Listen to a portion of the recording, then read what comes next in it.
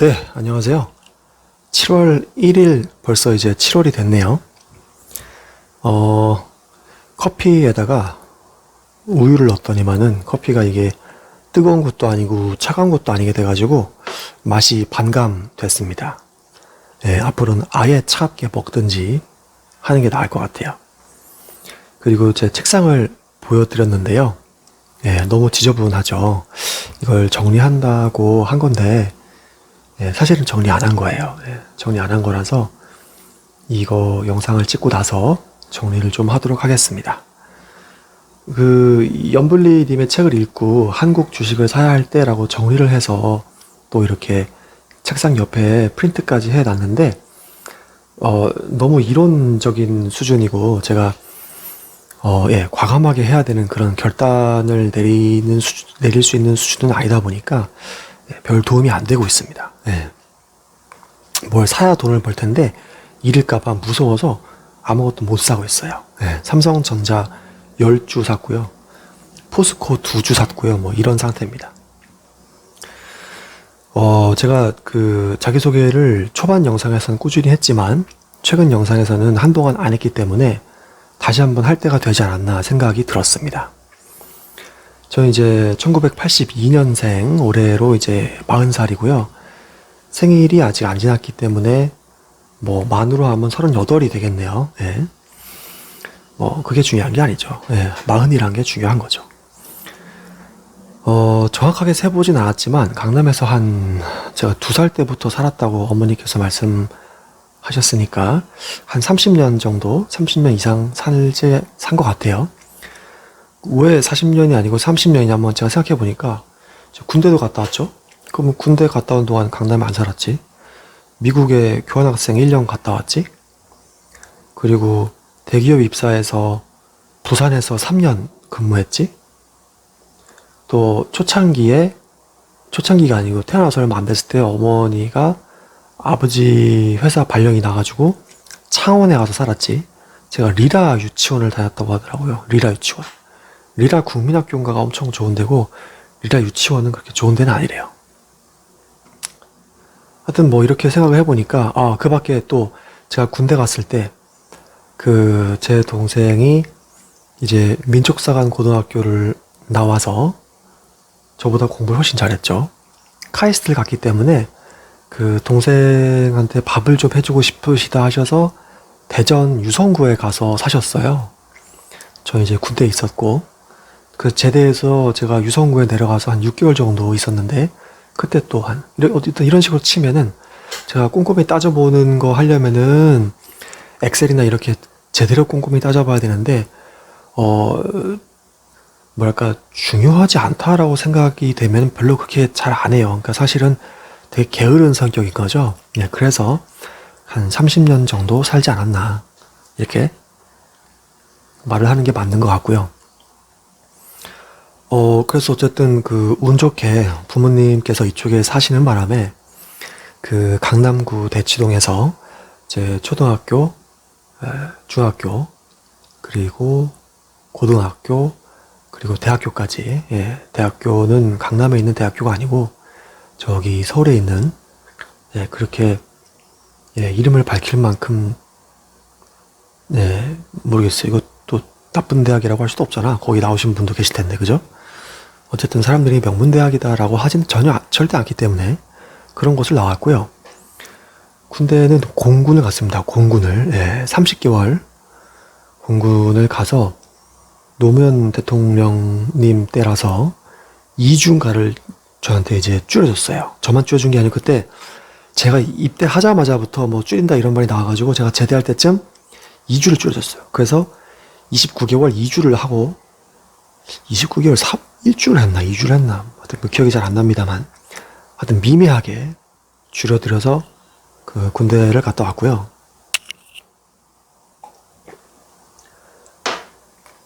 그리고 제대를 해서 미국에 교환학생을 갔다 왔습니다.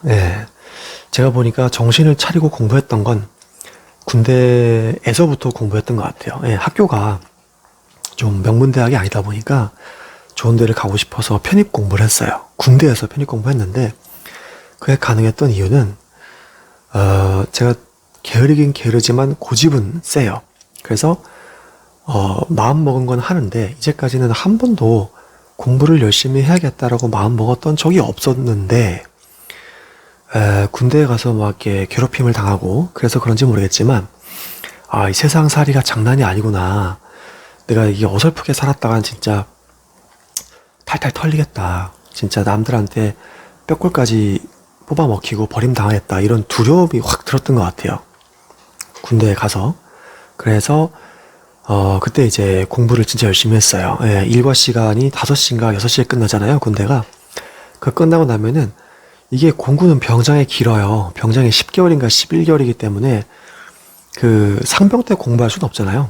그래서 병장이 되고 나서부터 공부를 했습니다. 진짜 열심히 했는데 수능을 봤어요. 근데 점수가 잘 안 나왔어요. 선생님도 하나도 없이 그냥 저기 음마상가에서 교재 휴가 나올 때 그 수능 교재 이런 거 수학책 뭐 이런 거 사회책 갖다가 공부해서 그런지 모르겠지만 정말 열심히 했지만 결과가 별로 안 좋았습니다. 그래서 다시 원래 대학교로 갔는데 갔더니만은 친했던 여자애 한 명이 미국으로 교환학생을 간다고 하더라고요. 그래서 저는 생각지도 않았던 그 미국 교환학생 얘기를 듣고 어차피 편입도 안 됐는데 이거라도 가야겠다. 이거 안 가면 안 되겠다 싶어서 진짜 죽어라 토플 공부를 해서 그 교환학생을 가게 됐습니다. 그때부터 약간 자신감이 붙었던 것 같아요. 할 수 있다라는.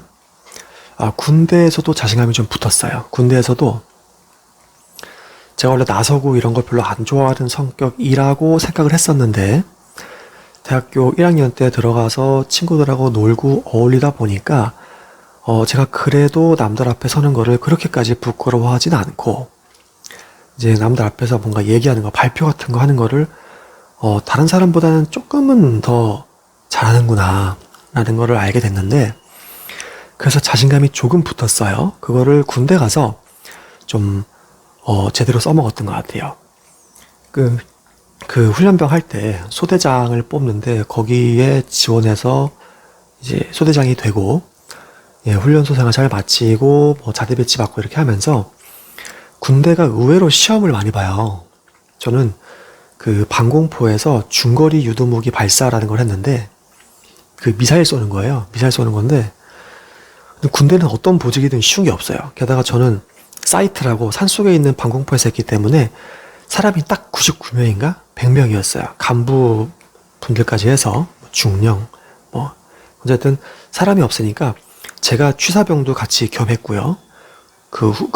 헌병도 같이, 그러니까 헌병을 했다, 취사병을 했다가 아니고 취사병이 원래 해야 되는 일인데 그게 취사병 3명이서 하기엔 너무 힘드니까 그 다른 보직을 가진 저 같은 이제 사람들이 제 보직이 할 거 다 하고 그리고 이제 순환 배치처럼 밤이 되면은 이제 불침번도 쓰고 헌병하는 데 가서 초소도 보고 그리고 낮에는 또 순번으로 돌아가면서 취사병도 하고 이렇게 했어요.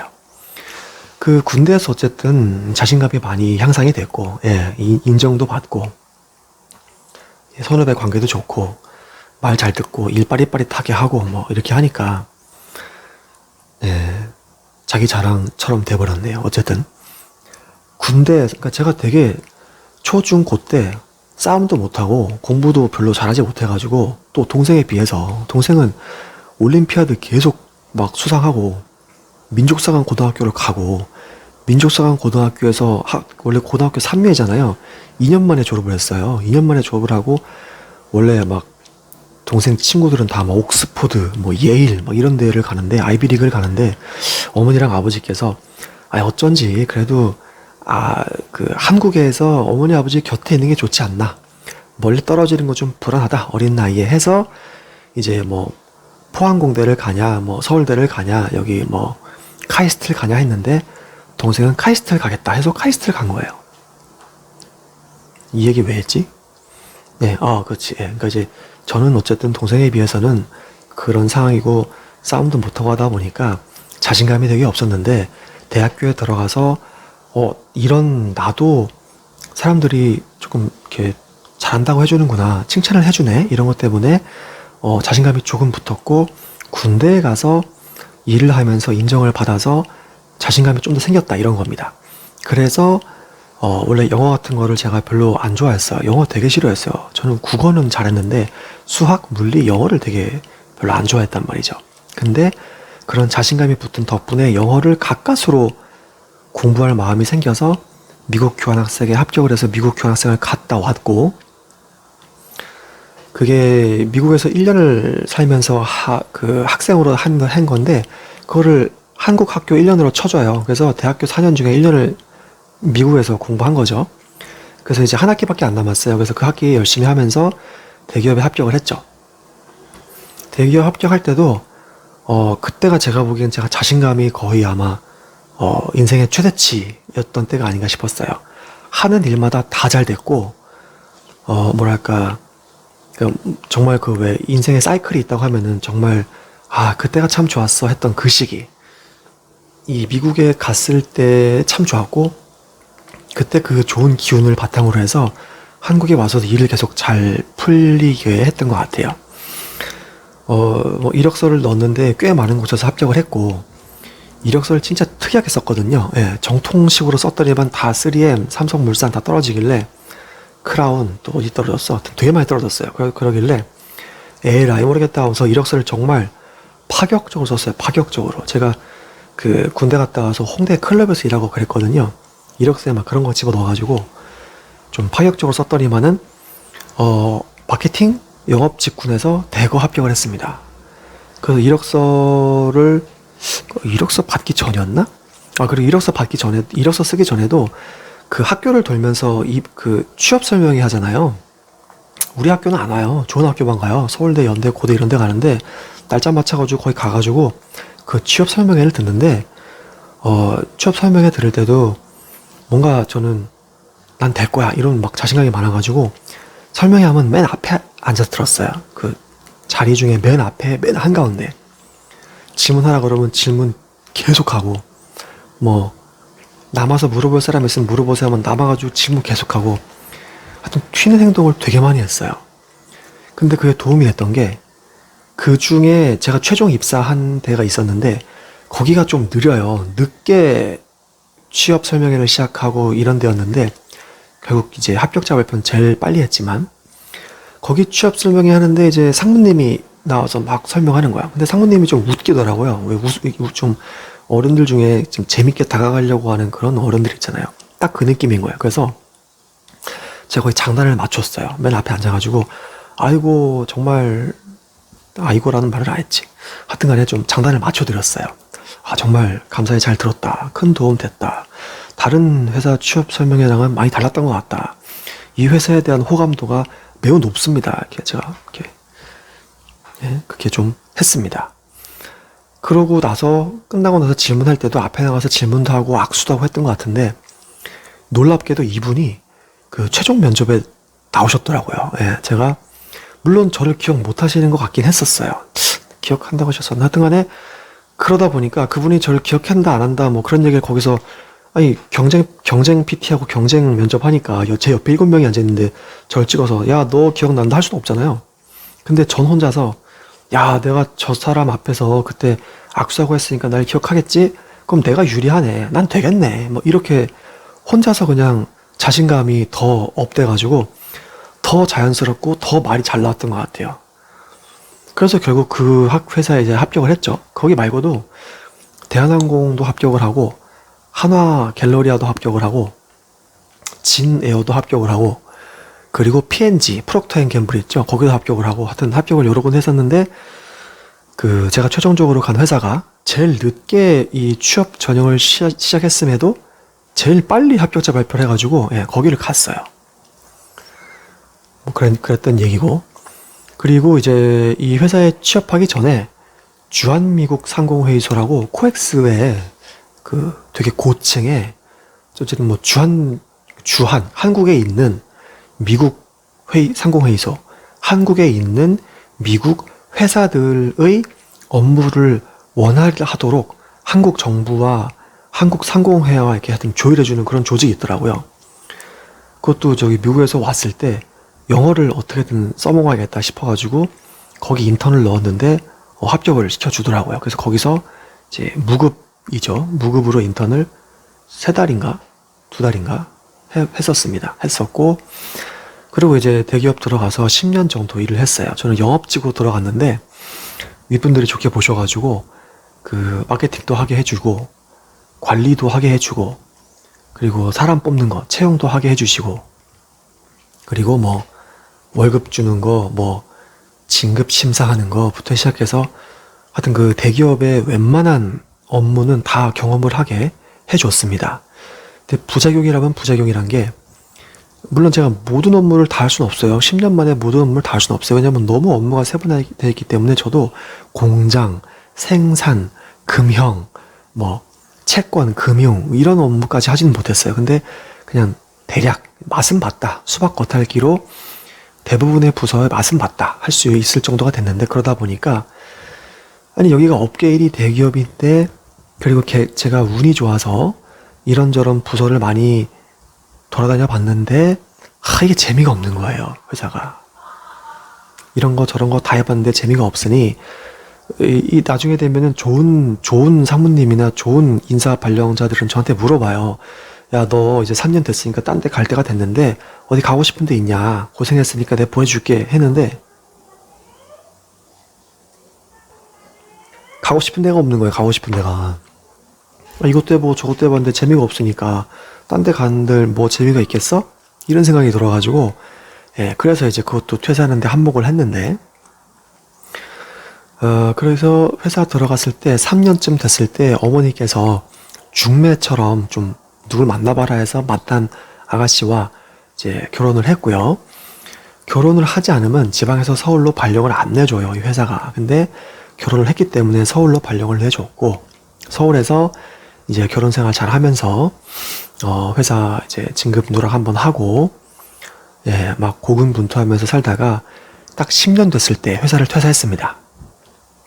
와이프랑 저랑 퇴사하기 전에 우연찮게 알게 된 부동산 책, 부동산 강의 이런 걸 통해서 부동산 투자를 좀 잘 했었어요. 아파트도 사고, 오피스텔도 사고, 조그만 다가구도 사고, 빌라도 경매로 낙찰받고, 뭐 이러다 보니까 월세도 제법 들어오고, 제가 미국에서 살고, 미국에서 교환학생하고, 대기업 입사할 때가 정말 그 기운이 좋고, 모든 일이 잘 풀릴 때였다면은, 그다음부터 확 꺾여가지고, 회사 들어가면서부터는 정말 고난의 연속, 그렇게 말하면 안 되죠. 더 힘든 분이 많았을 텐데.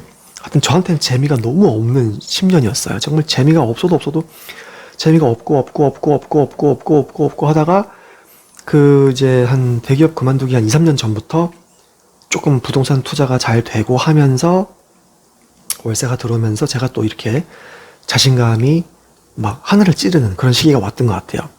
내가 하면 다 돼. 나 돈 잘 벌어. 나 능력 있어. 이런 생각이 막 들었어요. 아니 뭐 경매로 샀다 팔았다 하면 뭐 2주 만에 500만 원씩 벌고, 월세가 진짜 다가구를 샀고 저희가 거기 살았거든요. 총 3가구인데 꼭대기에 살고 2개 월세 받고, 천안에 있는 아파트에서 월세 받고, 상암에 있는 오피스텔에서 월세 받고, 뭐 이러니까 대기업, 저도 대기업, 와이프도 대기업, 월급이 꽤 됐죠. 거기에 월세가 4군데서 들어와. 그 돈이 아쉽지가 않았던 거예요. 그래서 제가 회사 대기업을 되게 우습게 봤죠, 그때는. 야, 이거 뭐 이렇게 고생해서 해봤자 선배들 나보다 돈도 못 벌고 그 애들 키우느라 고생만 하고 진짜 저렇게 막 폭삭 늙어가고 머리는 다 빠지고 배는 점점 튀어나오고. 그리고 그 당시에 회사에서 왜 그런지 모르겠는데 진짜 일하다가 막 밤에 야근하고 있는데 막 119가 온 거예요. 119 와가지고 막 어딥니까? 그래서 예? 그랬더니만 사무실이 커요. 저쪽에서 제가 잘 아는 과장님이 쓰러져 계시더라고요. 얼굴 창백해가지고 일어나면서 아니에요 이러면서 뭐 일어나시고. 그리고 저랑 가까웠던 동기도 극단적 선택 한번 했고요. 그리고 결혼해서 얼마 안 된 신혼부부 남편도 있었는데 저는 모르고 이름만 아는 사람이었는데, 와이프가 아기 낳은 지가 얼마 안 돼서 자기 친정에 아기랑 같이 좀 몸 요양하러 간 주말에 이 남편이 심장마비 걸려서 집에 쓰러졌는데, 누가 신고만 했어도 금방 사왔을 텐데 아무도 없고 와이프도 친정 갔잖아요. 혼자 쓰러진 거야. 그래서 31살인가 32살인데 죽었어요. 그렇게 됐지. 또 되게 큰 브랜드 런칭한 두 사람이 있는데 그 중에 한 명은 잘 됐어요. 막 부문장, 상무다 이런 얘기 있어서 결국 상무가 됐는데 이 두 번째 사람은 좀 직급이 낮은 사람이었는데 고생은 고생대로 했는데 인정을 좀 못 받은 것 같아요. 또 거기서 극단적인 선택했지. 마케터 어떤 분들은 정말 젊고 예쁜 여자분이셨는데 들어온 지 얼마 안 돼서 바로 백혈병 걸렸죠. 뭐 이러다 보니까 그 당시에 제가 꿈도 계속 이상한 거 꿨어요. 꿈을 꾸면은 막 그 태국에 놀러 가서 동남아에서 놀러 가서 홍수를 만나서 홍수 피하려고 전봇대에 기어 올라가다가 감전돼서 깨어나 보니까 살긴 살았는데 팔이 절단돼 있고 뭐 이런 꿈 꾸니까 뭔가 이렇게 인생을 이렇게 혹사당하는 데서 살 필요가 없다. 내가 목숨을 잃거나 건강을 잃으면 아무것도 필요가 없는데 여기서 이렇게 스트레스 받으면서 적은 돈 받으면서 이럴 필요가 없지. 막 이렇게 돼가지고 뭐 하여튼 윗사람들도 막 괴롭히고 그랬어요. 저를. 그래가지고 아마도 제가 그때는 콧대가 높았으니까 되게 버릇없이 굴었을 거예요. 그러니까 윗분들이 또 다 보이잖아요. 밑에 후배들이 어떻게 하는지. 그러니까 제가 원인 제공을 했을 수도 있겠다 생각은 드네요. 어쨌든 그래서 퇴사를 하게 됩니다. 근데 와이프랑 저랑 동시에 퇴사하기로 했는데 퇴사하기로 한 날 저는 집에 와서 퇴사한 얘기하고 있는데 와이프는 퇴사 얘기를 안 했다는 거야. 살짝 충격을 먹긴 했어요. 아무래도 너무 불안하니까 제가 밖에 나가서 길을 닦아 놓으면은 자기는 뒷바라지 하겠다. 뒷바라지 하다가 길이 잘 닦이면 그때 퇴사하겠다 그러길래 그래 그렇게 해라 고맙다. 네가 좀 더 고생하는구나 했는데 그렇게 퇴사하고 나서 얼마 안 있다가 양가 부모님들 모시고 해외여행 한 번씩 갔다 왔어요. 저희 부모님 모시고 어디 갔다 오고 이제 장인 장모님 모시고 한번 갔다 오고 그 다음에 제가 되게 얕봤던 공인중개사 공부를 했는데 정말 허리가 부서져라 눈과 귀가 혹사되든 말든 막 진짜 이거 안 되면 죽는다. 난 이거 얘기를 다 퍼뜨려놨는데 이거 합격 안 되면 정말 난 쓰레기다. 이렇게 생각하면서 정말 몸을 혹사시키면서 공부했는데 천만다행으로 정말 짧은 시간 내에 이제 중개사 자격증을 따게 됐습니다. 따자마자 와이프가 저한테 이제 충격적인 와이프 입장에서는 참 오래 고민했을 거예요. 제가 너무 재미가 없고 돈만 아끼는 짠돌이인데다가 성격은 날카로워서 사사건건 트집 잡고 막 이렇게 남자답지 못하게 시원시원하지 못하게 그렇게 생활을 하는 게 너무 싫다. 그래서 이젠 따로따로 사는 게 서로에게 더 좋을 것 같다라고 얘기를 와이프가 해서 한 3, 4개월 동안 이렇게 지금은 쉽게 말하지만 그때만 가지고도 한 달은 얘기할 수 있을 정도로 정말 깊은 고민과 걱정과 상심과 절망과 좌절과 그런 롤러코스터를 타다가 계속 그런 걸 요구하는 사람하고 사는 것도 영 행복하지가 않더라고요. 그래서 와이프가 원하는 대로 해주는 게 그래도 마지막 부탁이라도 잘 들어주는 게 맞지 않을까 싶어서 원하는 대로 잘 했고요. 그래서 정신 상태가 이제 마탱이가 완전히 갔죠 그때. 회사는 회사대로 그만뒀는데 그때가 이제 문재인 정부가 막 힘을 낼 때여가지고 모든 부동산이 다 막 이제 스트레스를 받고 있는 상황이었어요. 대출이 안 되고 뭐가 어쩌고. 그때 샀어야 되는데 그때 저는 이제 간이 작아서 이제까지 투자해 놓은 거는 보니까 제가 대기업 다닌다는 그런 게 자신감이 되게 컸나 봐요. 거기서 월급이 막 나오고 하니까 그거 믿고 투자를 막 질렀는데 그게 오르니까 좋았던 건데 대기업 나오고 나니까 경매를 함부로 하기가 너무 무섭더라고요. 이제 돈 나온 데가 없으니까 내가 하차해서 돈 날리면 돈을 메꿀 수가 없는 거예요. 그 월세 나오는 게 하나 있었지만 너무 적은 월세니까. 왜냐면 이혼하면서 다 재산 분할 청구가 들어와서 와이프로부터 이걸 나눠줘야 되는데 나눌 수가 없는 거예요. 그래서 다 어떻게 헐값에 팔아서 그 돈으로 줘야 되는 거예요. 다가구는 팔려고 했더니만은 산 가격보다 더 싸게 팔아야 되길래 와이프가 그러지 말고 그럼 그거는 얼마로 쳐서 그만큼의 돈을 달라. 그래가지고 제가 딴 데서 돈을 빌려서 재산 분할을 줬어요. 그래서 아직도 그거 갚아야 돼요. 하여튼 그런 상황이고요. 네, 그래서 멘탈이 나갔어요. 회사는 회사대로 퇴사했지. 자격증은 있는데 취업 안 했거든요. 취업은 안 한 상태지. 이걸로 내가 과연 이 험한 부동산 업계에서 밥을 벌어먹고 살 수 있을까 걱정은 되지. 게다가 뭔가 나는 되게 술, 담배도 안 하고 바람도 안 피고 게임도 안 하고 회사만 열심히 다니고 우리 집을 위해서 돈만 열심히 벌면 된다고 생각했는데 내가 생각하기에는 모범 남편이라고 했던 것들이 다 와이프한테는 실망감을 줬다라고 나한테 고백을 했고 그런 것들이 너무 실망스러워서 이혼까지 나한테 요청을 하다니 내가 이게 정말 잘못 살았던 건가 싶기도 하고 그래서 애가 완전히 넋이 나가 있으니까 어머니 아버지가 이제 집으로 데려오신 거죠. 너 그 집에서 살지 말고 왜냐면 그 집에 살다 이혼했으니까 그 집이 기운이 안 좋다는 거예요. 그 집은 그냥 뭐 세를 주든 비워놓든 하고 일단 와라 본가로 들어와라. 그래서 본가에 들어와서 그때부터 이제 얹혀 살다시피 하게 된 거고 정신을 좀 차리고자 그때 했던 것은 일을 열심히 해라. 일에 정신 팔리면 돌아온다 해서 집 근처에 있는 제 부동산에 이력서를 넣어서 저를 오라고 해주시더라고요. 사장님이. 고맙게도. 그래서 가서 거기 있는 젊은 동료들과 의기투합해서 열심히 아파트 사고 팔고 빌라 사고 팔고 오피스텔 사고 팔고를 한 2년에서 2년 반 정도 했던 거죠. 그러다가 그쪽 일이 제가 사실은 회사 이제 그러니까 정신을 좀 차렸던 거죠. 정신이 서서히 들고 나니까 부동산 일이 결코 이게 쉽지가 않거든요. 여러분이 예상했겠지만 입으로 벌어먹고 산다는 게 진짜 힘들어요. 그래서 내가 회사 그만둘 때의 초심은 좀 건강도 챙기고 내가 하고 싶은 일을 찾고 그래도 돈은 충분히 번다 이렇게 믿었으니까 했던 건데 내가 여기서 지금 뭐 하고 있는 건가 스트레스를 더 받고 있네. 그래서 그쪽에다가도 그동안 고마웠다고 얘기를 하고 이제 그때나 지금이나 뭐 투자를 그때 말씀드렸듯이 빌렸던 돈 갚아야 되기 때문에 아직도 남아있기 때문에 번 돈 다 걷다 줬어요. 월세도 받아서 다 막 걷다 주고 했기 때문에 뭐 새로운 걸 사거나 투자할 여력이 전혀 안 됐죠.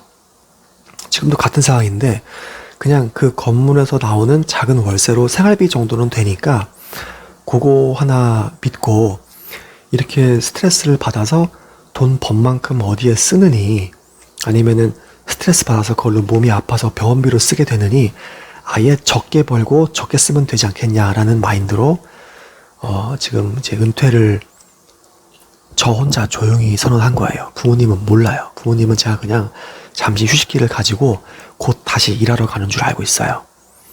이렇게 혼자서 방송에서 조용히 파이어족이라고 선언을 하고 이제 쉬기 시작한 거죠. 정신을 좀 다시 차려보고자 한 거죠. 근데 그랬더니만은 그리스 철학자들이 그랬듯이 마음의 평안을 얻기 위해서 아무것도 하지 않는 걸 선택하는 사람들이 있는데 그러면 오히려 더 머리가 복잡해진다. 더 골치만 아프다. 걱정만 생긴다. 이런 말을 했었는데 그 말이 맞나 봐요. 아니 더 스트레스가 생기고 막 이러고 있어요. 혼자 갑자기 안 하던 게임을 하질 않나. 그래가지고 요즘은 다시 부동산 경매 쪽으로 퇴사할 때 원래 하려고 했던 3년 전에 원래 하려고 했던 그 계획을 다시 한번 하고자 이 없는 의지를 이렇게 모으고 모아서 주식 공부랑 경매 공부를 하고 있습니다. 네, 여기까지가 저의 이렇게 쉽게 얘기 짧게 한다고 해도 30분이 걸리네요. 그런 저였고요. 맞아요. 저는 엄살을 피우고 있어요. 근데 거짓말로 엄살 피우는 게 아니고 정말 그러니까 다른 사람들 보기에는 제가 되게 행복해야 되는 처지고 막 들들들 볶는 와이프가 없으니 행복할 테고 직장이 없어도 어쨌든 그 조그만 건물에서 월세가 조금이라도 나오니까 그게 어디냐.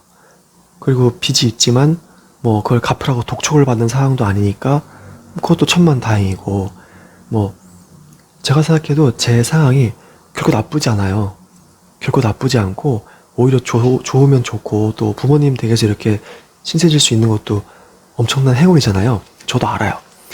근데 그렇다면 제가 걱정이 없어야 되는데, 제가 좀 스트레스 받는 부분은, 그런데도 불구하고 저는 걱정을 엄청 많이 하고 매사에 되게 소심하고 결정을 잘 못 내리고 이거 할까 저거 할까 우왕좌왕 하다가 시간만 계속 보내고 그걸 지금 몇 년째 하고 있고요. 그 말씀드렸듯이 와이프가 손절하고 떠나갈 정도로 꼬장꼬장하고 좀 이렇게 뭐라 그러지? 막 하여튼 약간 시원시원하지 못해요. 남자답지 못한 것 같아. 여자분들이 멋있어 하는 그런 성격도 아닌 것 같고 그런 것들을 전 이제 그냥 좀 터놓고 얘기할 사람이 없어서 그냥 여기에다가 얘기를 해보기 시작했어요. 그런데 다행히 이렇게 그런 얘기조차 좋게 들어주시는 분들이 계셔서 이렇게 자기소개까지 또 한 번 더 하게 됐네요. 얘기가 너무 길어지니까 오늘 여기까지 하고요. 오늘은 점심시간에 찍었는데요. 하루를 덥지만 시원하게 잘 지내보도록 하겠습니다. 여러분 모두 힘내고요. 힘내자고요. 좋은 일이 또 생기겠죠. 감사합니다. 안녕.